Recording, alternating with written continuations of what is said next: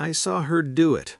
A small flick of the wrist, a casual lean across the table, a mother adjusting her daughter's drink like she'd done 1,000 times before.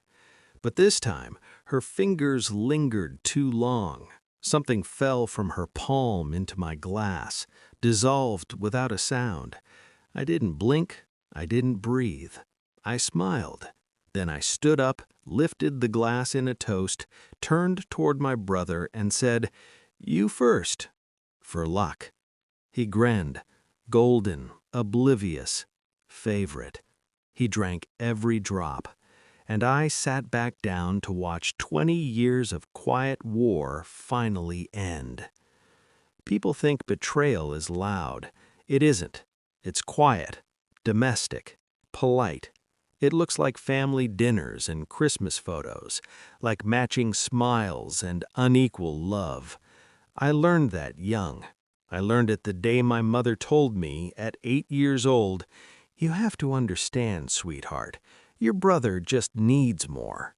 More attention, more protection, more forgiveness, more money, more lies." He was born premature, fragile, a miracle.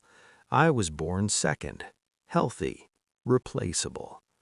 I spent my childhood being the strong one, the understanding one, the one who didn't make trouble, the one who didn't ask why he got the new car and I got a lecture about responsibility. I thought if I worked hard enough, achieved enough, made myself impressive enough, I would eventually become visible. I became valedictorian. He crashed 3 cars and got hugged. I earned scholarships. He failed classes and got tutors. I graduated top of my law program. He dropped out of business school and was handed a management position in my father's company. I used to tell myself they didn't mean to hurt me, that they loved me differently, that families were complicated, until I saw the bank statements. It started small, a late-night email notification on my dad's laptop when I was home for winter break. He'd asked me to help him fix a document. I wasn't snooping, at least that's what I told myself.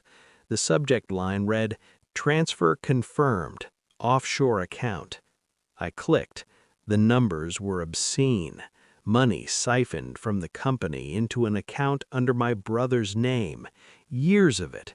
Quiet, systematic, illegal. I didn't panic.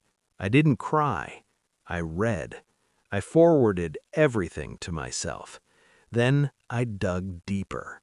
I found shell companies, forged signatures, insurance claims that never had accidents, tax filings that didn't match internal ledgers.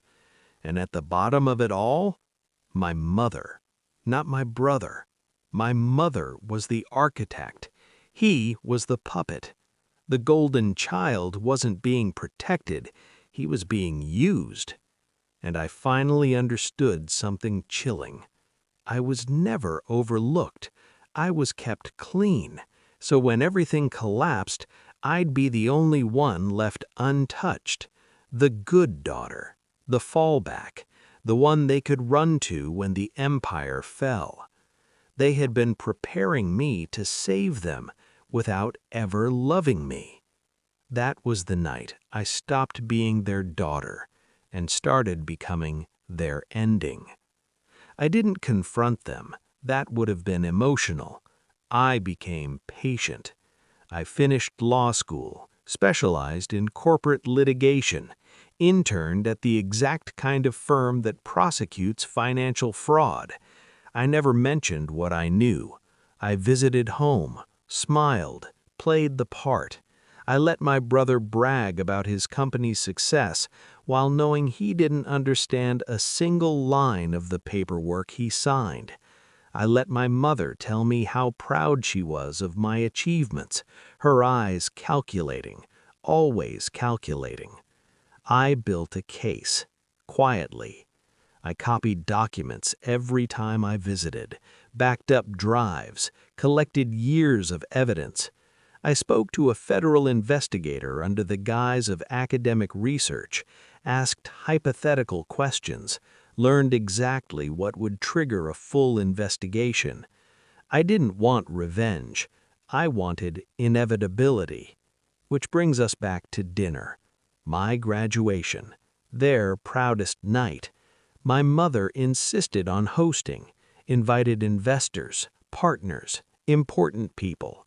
She wanted to parade me, the successful daughter, proof that the family was solid, respectable.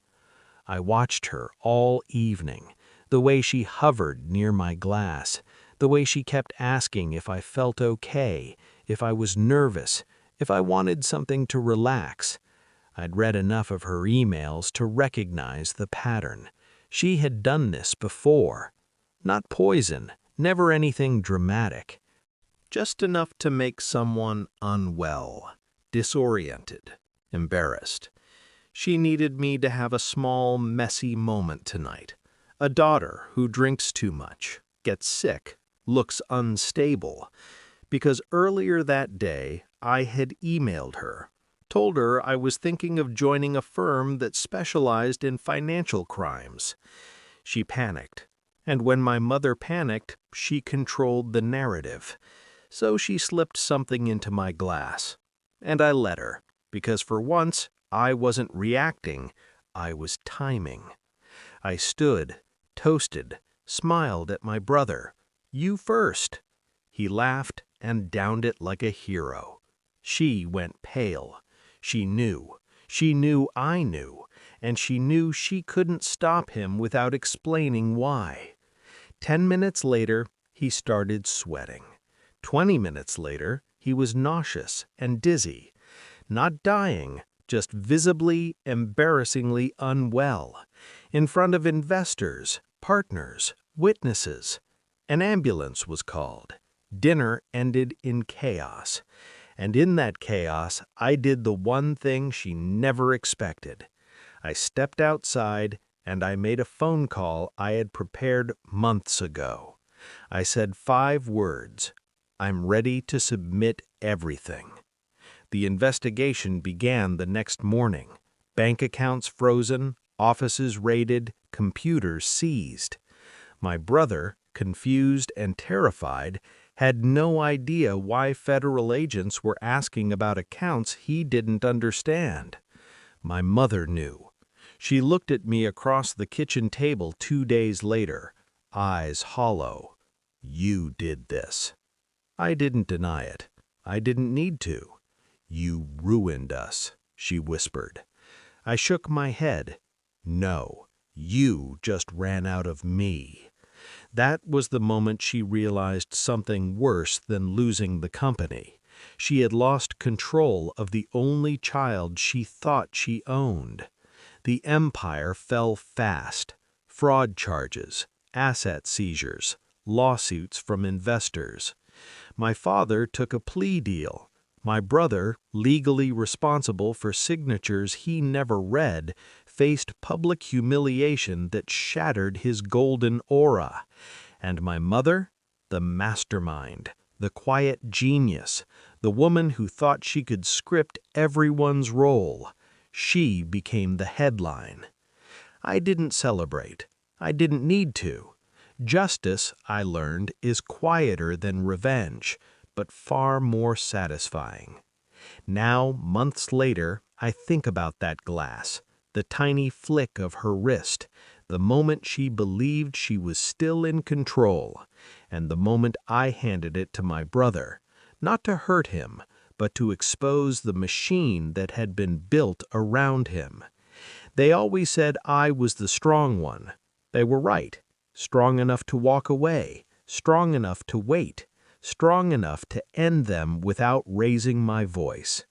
I didn't destroy my family. I simply stopped protecting their lies. And when I did, their entire empire collapsed under its own weight. I didn't need poison. I just needed patience.